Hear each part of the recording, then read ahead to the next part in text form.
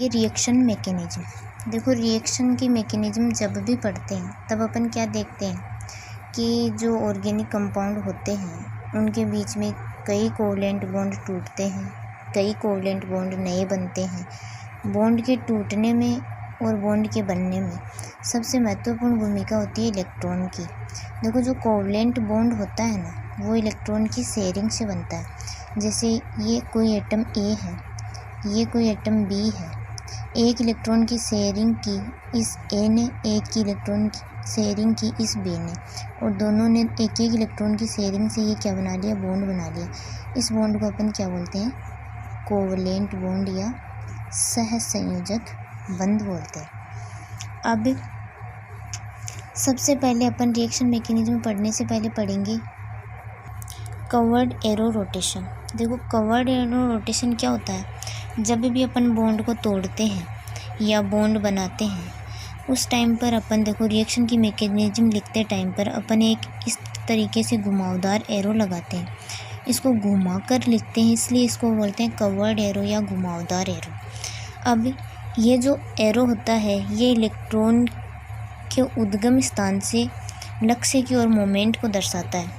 जैसे मान लो ये वाला बॉन्ड है ए और बी, इसके बीच में कोई बॉन्ड बना हुआ है और अपने को ये इलेक्ट्रॉन बी के पास भेजने, तो अपन इस तरीके से एरो लगाते हैं, इसको बोलते हैं कवर्ड एरो। तो कवर्ड एरो रोटेशन में अपन क्या देखते हैं कि ये जो कवर्ड एरो रोटेशन होता है ये रिएक्शन मैकेनिज्म के दौरान इलेक्ट्रॉन के मोमेंट को दर्शाता है। अब अपन कवर्ड एरो रोटेशन है ये दो टाइप का देखते हैं।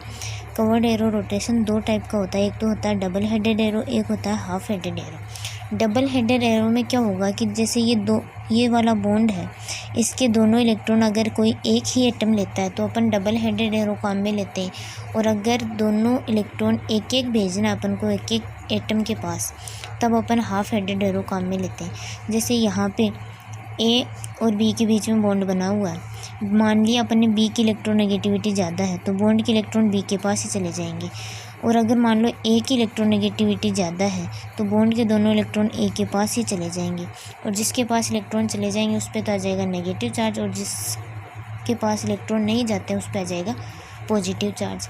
अब अगर दोनों इलेक्ट्रॉन एक एक भेजना है अपन को, यानी कि अपन जब होमोलाइटिक क्लीवेज पढ़ेंगे तब आप देखोगे कि दोनों इलेक्ट्रॉन में से एक एक इलेक्ट्रॉन दोनों एटम के पास चला जाता है, तो उसको अपन हाफ हेडेड एरो से दर्शाएंगे। वहाँ पे जो बनने वाली स्पीशीज़ होगी वो होगी फ्री रेडिकल। और जनरली अपन जो एरो काम में लेते हैं वो डबल हेडेड एरो, मतलब ज़्यादातर डबल हेडेड एरो का यूज़ होता है। जहाँ होमोलाइटिक क्लीवेज करवाना होता है वहीं पे अपन क्या करते हैं, हाफ हेडेड एरो काम में लेते हैं। अब जहाँ बॉन्ड ब्रेक होता है वहाँ अगर अपन हाफ हेडेड एरो काम में ले रहे हैं तो वहाँ फ्री रेडिकल की फॉर्मेशन होगी, और जहाँ डबल हेडेड एरो काम में ले रहे हैं वहाँ पे कोई नेगेटिव या पॉजिटिव स्पीशीज़ की फॉर्मेशन होगी। अब अपन नेक्स्ट टॉपिक लेते हैं क्लीवेज ऑफ कोवलेंट बॉन्ड। बंध का विखंडन लेते हैं कि सहसंयोजक बंध जब अभिक्रिया की रिएक्शन या मैकेनिज्म अपन लिखते हैं तो बॉन्ड ब्रेक करते हैं। अब ये बॉन्ड ब्रेक भी दो टाइप से होता है, एक होता है होमोलाइटिक क्लीवेज या इसको अपन बोलते हैं होमोलाइसिस या इसको समांश विखंडन भी बोलते हैं। एक होता है हेट्रोलाइटिक क्लीवेज, उसको बोलते हैं विषमांश विखंडन या हेट्रोलाइसिस। देखो, होमोलाइटिक क्लीवेज में क्या होगा कि जब दोनों एटम की इलेक्ट्रोनेगेटिविटी ऑलमोस्ट सेम हो तब क्या होगा कि अपन बंध के दोनों इलेक्ट्रॉनों में से जो एक इलेक्ट्रॉन तो भेजते हैं एक एटम के पास, दूसरा इलेक्ट्रॉन चला जाता है दूसरे एटम के पास, तो बनने वाली स्पीशीज़ क्या बनेगी, फ्री रेडिकल बनेगी। कहने का मतलब ये है समांश विखंडन का कि जो बंध के इलेक्ट्रॉन है वो समान विभाजित हो जाएंगे दोनों एटम्स के मध्य।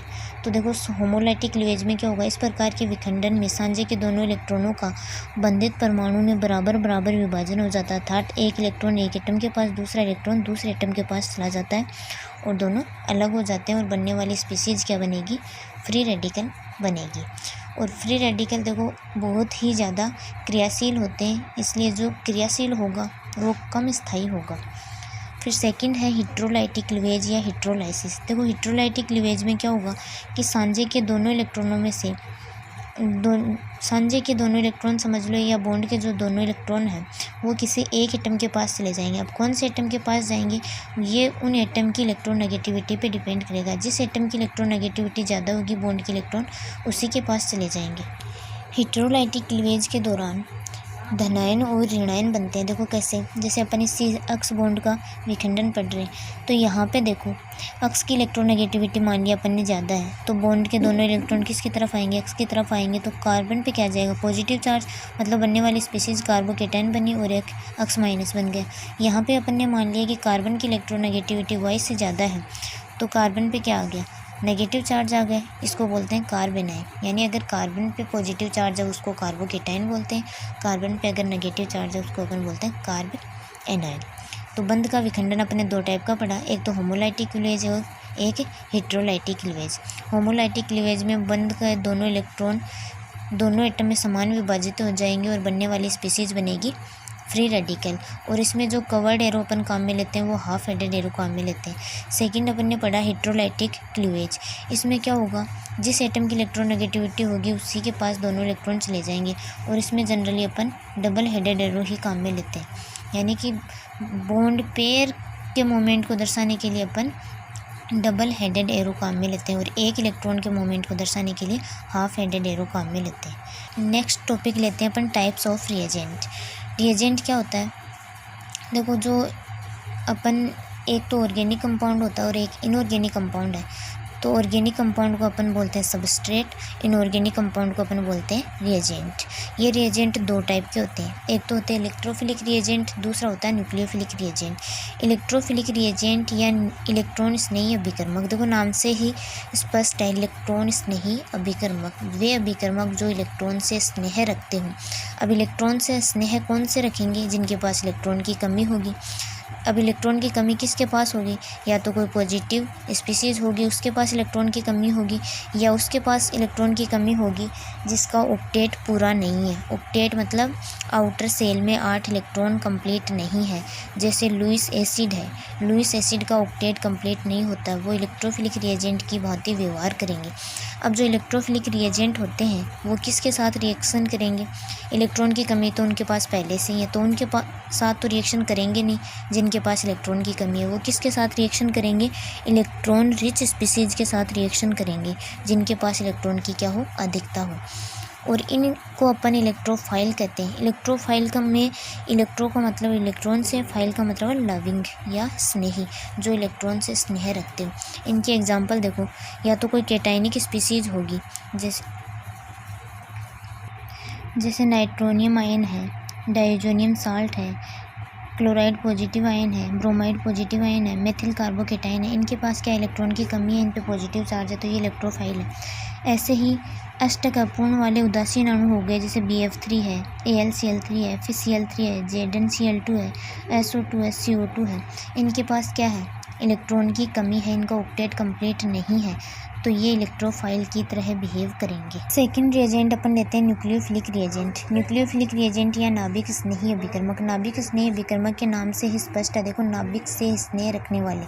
अब नाभिक में क्या है, एटम का पॉजिटिव चार्ज जितना भी होता है वो नाभिक में होता है, तो अपन ये कह सकते हैं धनावेश से स्नेह रखने वाली स्पीसीज को अपन क्या कहेंगे, नाभिक स्नेही अभिकर्मक या न्यूक्लियोफाइल। अभी इनके पास इलेक्ट्रॉन की अधिकता तो पहले से ही है, तो ये किसके साथ रिएक्शन करेंगे, जिनके पास इलेक्ट्रॉन की क्या होगी, कमी होगी, उस स्पीसीज के साथ रिएक्शन करेंगे। अब देखो जो न्यूक्लियोफिलिक रिएजेंट होते हैं वो या तो कोई नेगेटिव स्पीसीज होगी, या वो स्पीसीज होगी जिनके पास lone pair of electron present हो, जैसे लुईस क्षार है। तो इसके जो एग्जांपल है वो या तो कोई एनायनिक स्पीसीज जैसे OH माइनस है, OR माइनस है, साइनाइड माइनस है, ये सब क्या न्यूक्लियोफाइल है। या वो अणु होंगे जिनके पास लोन पेयर ऑफ इलेक्ट्रॉन है और वो डोनेट कर सकते हैं, जैसे H2 के पास 2 loan pair of electron oxygen पे प्रेजेंट है, एल्कोहल में ऑक्सीजन पे 2 loan pair of electron present है, ईथर में देखो यहाँ ऑक्सीजन के पास 2 loan pair of electron present है, ऐसे अमोनिया, एमीन, इन सब में क्या है, loan pair of electron present और वो डोनेट कर भी सकते हैं। तो ये हो गए न्यूक्लियोफिलिक रिएजेंट। फिर अपन देखते हैं, देखो एक टर्म आई है लुईस एसिड और लुईस बेस। लुईस एसिड क्या होता है, देखो लुईस नाम के एक साइंटिस्ट ने एसिड बेस की एक धारणा दी थी इलेक्ट्रॉन पेयर के आधार पे। तो लुईस एसिड क्या होते हैं, सबसे पहले तो समझो लुईस बेस वे कंपाउंड होते हैं जिनके पास lone pair of electron present हो और वो डोनेट कर सकते हैं, जैसे H2 है, अमोनिया है, एमीन है, ये सब क्या हो गए, लुईस एसिड हो गए, सॉरी लुईस बेस हो गए। लुईस एसिड क्या होंगे, जिनके पास इलेक्ट्रॉन की कमी है, या तो कोई पॉजिटिव स्पीसीज होगी या जिनका आउटर सेल में 8 इलेक्ट्रॉन नहीं है, वो वाली स्पीसीज होगी, उनको कहेंगे लुईस एसिड। अब देखो आपके एग्ज़ाम में कई बार ऐसे क्वेश्चन पूछते हैं कि न्यूक्लियोफिलिक और इलेक्ट्रोफिलिक रिएजेंट को छांटिए, तो आप कैसे करोगे, पॉजिटिव स्पीसीज आएगी वो इलेक्ट्रोफाइल में आएगी, न्यूक्लियोफिलिक स्पीसीज आएगी वो न्यूक्लियोफिलिक स्पीसीज में आएगी कोई नेगेटिव स्पीसीज। अगर किसी कंपाउंड में किसी एटम पे loan pair of electron present है, जैसे यहाँ H2 में देख लो, एल्कोहल में देख लो ना, तो ये तो आ जाएंगे न्यूक्लियोफाइल में, और जो बची हुई जैसे कोई लुईस एसिड आ गया, ZnCl2 FeCl2, ये किस में आ जाएगा, FeCl3 है सॉरी, ये आ जाएगा इलेक्ट्रोफिलिक रिएजेंट में। अब अपन नेक्स्ट वीडियो में देखेंगे टाइप्स ऑफ ऑर्गेनिक रिएक्शन। आज के लिए इतना ही। Thanks for watching.